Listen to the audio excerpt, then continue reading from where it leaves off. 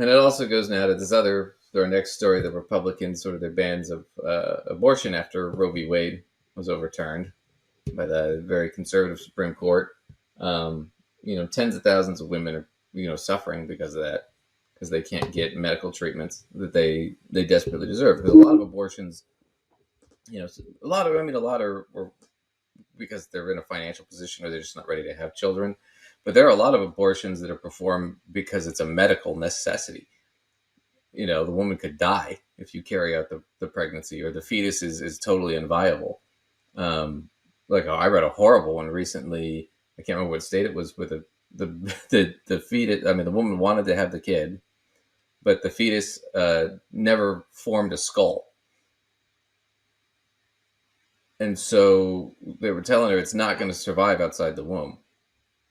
It's going to die. And doctor had to tell her, I can't give you an abortion because it's illegal. You have to carry it to term.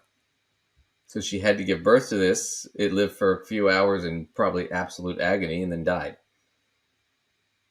And then she had to go through the whole pregnancy process, which damaged her body. And I mean, it's just sick stuff. But anyway, what's happened now is because of these abortion bans, people are flocking to states where people can afford to, at least, the women that can afford to, are flocking to states where they can get abortions. So they'll take like a trip to, this one's in Illinois. In Illinois, southern Illinois, because of where Illinois sits, it borders a bunch of states that have banned abortion. So Illinois has got a problem now where these clinics are now overloaded.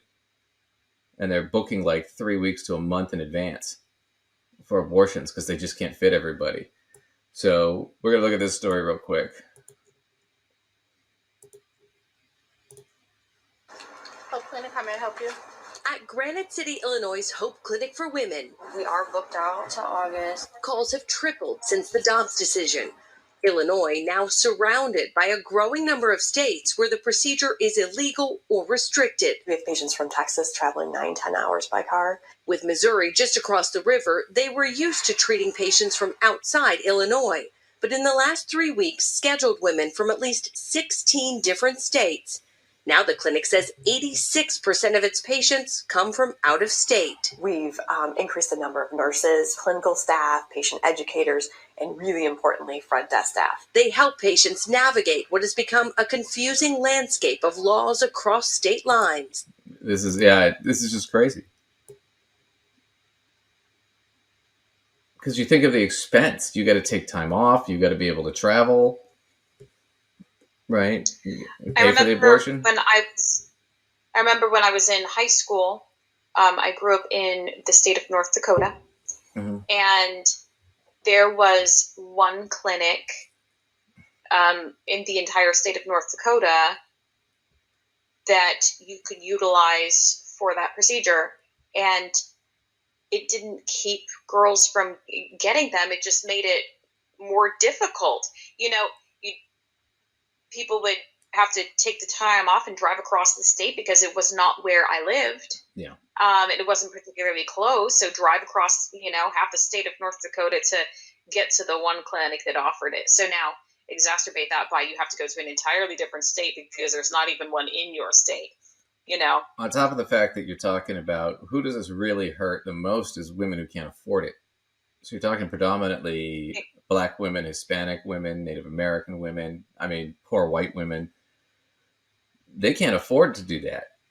As opposed to, if you'd have made it ubiquitous, it wouldn't be a big problem. Now you're having a lot of unwanted children, and a lot of these women are now a lot more impoverished. Permanently. Because they have to take care of the child, or they're traumatized because they have to have the child, give it up for abortion. Adoption. Plus, there's the medical risks of not being able to have an abortion if you have a medical issue. And now you have to risk your life before the doctor will give you an abortion because of the law. In some of these states, they're going to make it illegal, period. It's going to be just let the woman die. It's gotten to the point where it's crazy. And then a lot of these states are going to they've been trying to do these bills where if you go out of state and get an abortion and come back, then it's a felony. they'll charge you with murder. Oh no! Yeah. So if they do shit like that, you're going to see a lot of these women just fleeing these southern states. Yeah. All these women are going to have to flee to blue areas where they can, be safe. Because if they go home, they'll go to prison. That's just crazy. The other thing that kills me, but it's Not only do you find out you're pregnant, but then you basically have to either decide you're going to have a child or move to another state. Not just go to another state, literally move. So you have to make two, like, if you can afford to move, yeah. Right. I'm not saying having an abortion is not a life-altering decision, because certainly it is. Sure. But then you really are stuck with multiple life-altering decisions. So in order to terminate a pregnancy, you have to permanently move out of your state so that you don't have to go to prison, or you have to carry to term and that's a life sentence. That's kind of a life sentence. Yeah, and that's a life sentence in itself. Yeah. The thing too about this is, with all these Republicans, if it were men who were getting pregnant and giving birth, you'd be able to get an abortion at 7-Eleven. That's a fact. You'd be like, my only friend called me up, like, dude, she lied to me. Now I'm pregnant. What are we going to do? I'm like, it's fine. We're going to go get you a slushie and an abortion, and then we're going to go see the new Marvel movie, and you'll feel better. I mean, it would be that fucking easy. Right. I mean, okay, you're saying that a little funny, but the fact of the matter is, let's stop and think, how many parts of your body are being heavily regulated by the government? None. I can't think of any. Are there any parts of your body that are being heavily regulated by the government? No. No. I'm not a psychologist, but maybe we could get one on to talk about Republicans and conservatives' fears of vaginas. Because that's really all this is at the end of the day.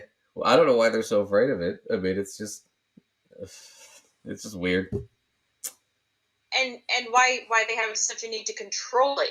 You're afraid of it and you need to control it. Why are you trying to control all the vaginas? That's craziness.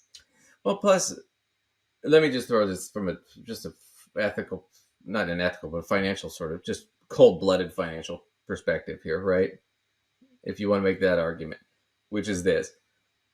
Once we got birth control and abortion, you notice that was the time when our economy really started booming, because now the other half of our workforce could start working and they weren't beholden to their menstrual cycle. They had more control. Yeah. Right.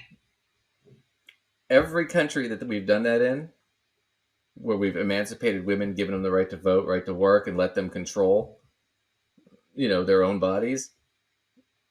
Every country we've done that in is instantly gotten way better. Overnight. It happens like that. And yet now these guys want to roll it all back, and what? So we can be what, like Uganda? I mean, fuck that shit. I just don't get it. I don't. I mean, ethically, we could say all kinds of things. It's horrific, but that's where it's going. So it's going. Well, let's do something a little bit more fun here. Donald. Yeah, we can't talk about periods. I know. And nobody can have an abortion, so I know the ban on. Figure it out, girls. Just figure it all out. The ban on vaginas. I almost did a story. They're also trying to force software companies to put automatically put like censorship on porn. And I'm like, do you know how freaking difficult that would be? That's fucking stupid. Wait, what? Yeah. Like, kids aren't going to be able to find a way around to get porn anyway on the internet. Come on. I mean, if people want it, they're going to find it. No judgment either way, but you're really not going to be stopping that. You're not going to. You're not going to stop a 13-year-old from finding that shit. It's just not going to happen. It's better to